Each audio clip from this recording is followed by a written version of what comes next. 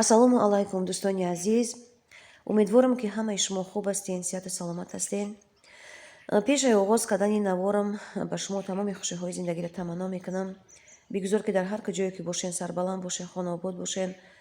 Аллоҳ нигаҳбони ҳар яки шумо боша. Аслу худованди карим ғаму дарда шуморо нишон надиҳад. Ба якояки шумо бо миннатдории худма як бори дигар баён мекунам, ки дар рӯзи сахтии ма, дар рӯзи ғами ма ҳамеша бо ман будем, бо дуоҳои нектону бо дилбардориву бо таъзия баёнкунитон. Ман Аллоҳ доимо шукрона мекунам, ки чунин инсонҳои ғамхору ғамгусору ғамшарик бисёр будаянд. Дӯстони азиз, ма бо як чи дигарро фаҳмидем, ки дар ҳамин рӯи олам, дар рӯи дунё одами беғам набудай, зоғи бедоғ набудай. Ҳар ки як гумкадае доштай, яке падар гумкадагӣ, яке фарзанди падар гумкадагӣ, яке модар гумкадагиай. барои ҳамин ман мехоҳам дар дили ҳар яки шумо, дар дили ҳар яки мо шумо худованди карим сабри ҷамила бита ато бифармояву ҷои гузаштагони моро ҷаннат куна, гӯшуну обод куна. То ҳозира дар таги ҳамун видеое ки ман барои бародарам додаракам кадагӣ будам, то ҳозира менависанд одамо, дуои нек мекунанд, таъзия баён мекунанд. ай сиҳативу саломатии ма, ай аҳволи ма бохабар шиданӣ мешаванд. Доим мегӯянд апаҷон шумо чӣ ҳол доред, сиҳативу саломатитон чӣ хелае мепурсанд. ай сиҳативу саломатии падару модарам мепурсанд, ки чӣ аҳвол доранд, худшона чӣ хел ҳис мекунанд. Ман гуфтанем, ки дӯстони азиз, ин дард бисёр ҳам дарди қиинай, фарзанди падара гум кардан. Ва душмани худам дар ин рӯза равон намебинам. ба ҳамаи ин нигоҳ накарда, бо зиндагӣ давом дора, шукронаи фарзандонро мекунам, бо дар рӯи пом бо чих меистам, бо мехезам, бо кор мекунам. бо ҳам хел зиндагӣ давом кардан гирифтеста, лекин ин доғ як умр дар дили одам меистад. Ин ғама ҳеҷ вақт фаромӯш карда намешавад. падару модарам боша бо дучанду сечанд худшона бо бад ҳис мекунам, барое ки ва ё фарзандшона гум кардагиянд, ҷигарбандшона гум кардагиянд. фарзанда ба як умед ба дунё меориву калон мекунӣ, ба воя мерасонӣ, ки дар рӯзи пирӣ, дар айни пирӣ асои дастат шава, нигаҳбонат шава, тобутбардорат шава. барои ҳамин ва ё бисёр ҳам худшона бад ҳис мекунанд. баъди ин кор шидан фақат бигем ба ёрии доруанд, ба зарби дору дар пошон рост истодагиянд. модарам боша ҳар саҳар мехезад, як рӯз пас ё ки мешава, ки ҳар рӯз хонаи ҳамун додарака мерава, ҳавлӣ ҳамуда ҷои мурдагишта дуо мекунад, дар сари сурфа шишта, дар ҳаққи фарзандаш нола мекунад, фарзанд шава, баъд мехеза, хона меояд, дилша холӣ мекунад. ин ҳамин хел рӯзо рафтестанд, гузаштестанд.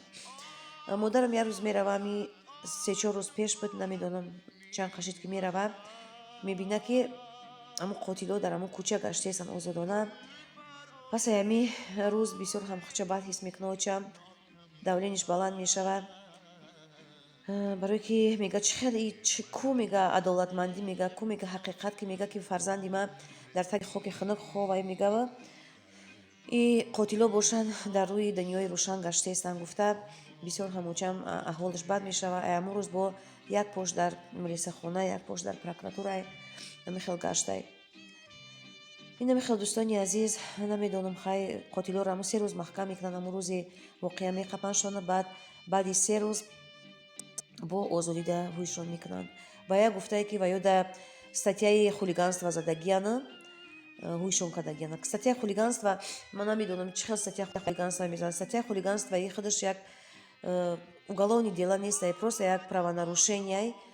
дари як каса бишканӣ, агар треза як каса бишканӣ, мисол навдаи дарахти як каса бишканӣ, айболоти шикоят кунанд, баъдам хеле чӣ мекунанд, статьяи хулиганства мезананд, штрафат мекунанд, ҷавоб метиҳанд. ман намедонам қотила одамкуша ё чӣ хел ҳам статьяи хулиганства зада бошанд. мо ҳам хеле шунавидем, ака намедонам. 3 рӯз пас ҳам хел ҷавобаш метиҳанд. очам меравам милисахона, милисо мегӯянд ки прокурорам хеле ҷавоб додагияй, прокуратура бо экспертиза да чӣ мекунад. хай намехел охе как гуфти русо футболни мяч када исаустодам хеле футбол када учай мара гаштаем кампири 69-70 солара. ҳолон ки тамоми ҳамун шаҳри Кӯлоб медонад, кӯчаи маҳаллаи ҳамун Раҳимзода медонад, ки ҳамин 4 кас а як хона 3 мардак як занак додари мара то ҳамин мурданша латукуб када киштагиянд. ҳамсояи ҳамун занаки ҳамсоя очама мега ки хола ман худам шунавида, мега овозошон омадеста буд, ки ҷангу ҷанҷол кардеста буданд дар ҳамунҷа. овози ҷангу ҷанҷол омади сабд овози хархаша. Вақте биромадам рафтам ки уже тинч шидагияй қотил ҳамихел меброяй ҳавли бачаи шумо дар дасташ бел дора дост дора ки кидман дора намедонам. баъд кирташ даридагияй рангруш паридагӣ мефаҳмӣ ки ҳами ҷанга хархаша кардагияй мега медороем мебинем ки бачаи шумо дар рост кашидагӣ уже тамом кардагияй. ин ҳамихел дӯстони азиз учам гуфта ки хай медонед амира барем милисода бигӯем ки қотилоро ҷавоб додаган ва ё бояд ки дар озодӣ набошанд ӯро бояд маҳкам кунанд қотила. занаки ҳамсоя мегӯяд ки охи шӯи ма дар Россия мара ҷанг мекунад ки рафтиам хеле кадим милисо қати гап задим ма метарсам. ма гуфтаним хоҳари азиз апай азиз бошӣ касе бошӣ набошӣ ай худо битарс барои чӣ қотила ҷога мекунед вақте ки шумо шунавидагӣ бошед бояд ки қотил ҷазо бинад. имрӯз фарзанди падари маро хеле кад фарду фарзанди як одами дигаро бо мегира мекуша. мисол шумо як лаҳза худона дар ҷои очаи ма тасаввур кунед баъд мефаҳмед ин дард чӣ хел дардай. барои ҳамин ҳеҷ вақт набояд ки қотила одам ҷога кунад. шумо агар ки амира ҷога мекунед ку ҳамин як умр худона намебахшед.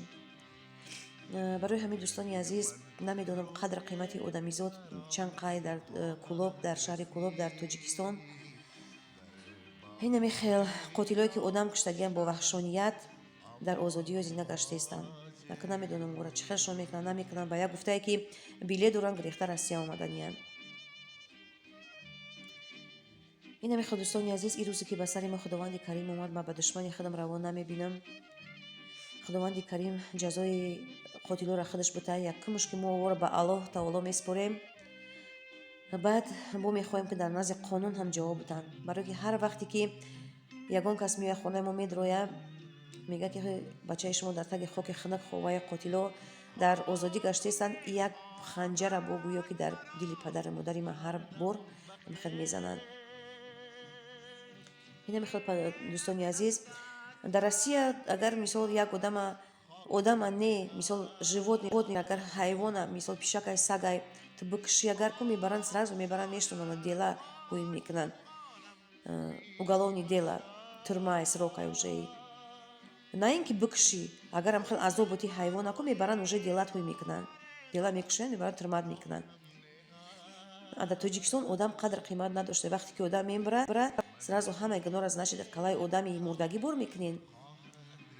мегӯянд ки дар Тоҷикистон бисёр ҳам чиай вазминаи и кор мисол намебахшанд як чапалоқати мебаранд мешунонанд ҳоҳ як чапалоқати мисол агар як чапалоқ одами сарватманда бизани одами боя бизани одами мансабдора бизани агар мебаранд мешунонанд агар ҳам хеле одами камбағал одами бесоиб мисол одами хоксор агар ваҳшиёна бикушӣ агар ку қотила хулиганство мезананд статьяо мебаранд ҷавобш медиҳанд ки бояд бара бо куштора давом додан бигирду фар дигар мекуша бо ҳам хеле мекунад бо мерава мега ки бахшиш хай мебахшем бо хулиганӣ кадам бо ҳам хеле штрафш мекунанд 400 сомон 500 сомон бо ҷавобш метиҳанд бо озодида.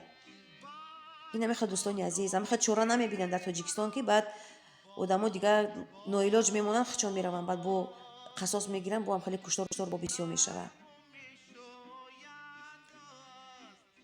дӯстони азиз ма ба эҳсосот дода шидагии мозӣ намедонам чӣ гуфтаистам бахшиш агар ягон гапи лишни гуфтагӣ бошам. боқӣ дар амони худои таоло бошед. ма имрӯз худам бисёр ҳам бад ҳис кардистам гап задан бисёр ҳамада қинай. худованди карим дар ҳар куҷое ки бошен сарбаланду хонобод бошен худона қати наздикотон ҳамеша эҳтиёт кунед дар ҳаққи гузаштагони мо дуо кунед. худованди карим сабра дар дили ҳамаи одамое ки ранги мавриям хад наздикошона гум кардагиянд сабр бита худоҷон қотилоро ҷазои сазовор бита дар дили ҳамо коркунои орган дар дили прокуратураву дар дили милисао инсоф бидозаву ҳамо қотилоро ҷазои сазовор битанд. боқӣ дар амони худо бошед. хайр.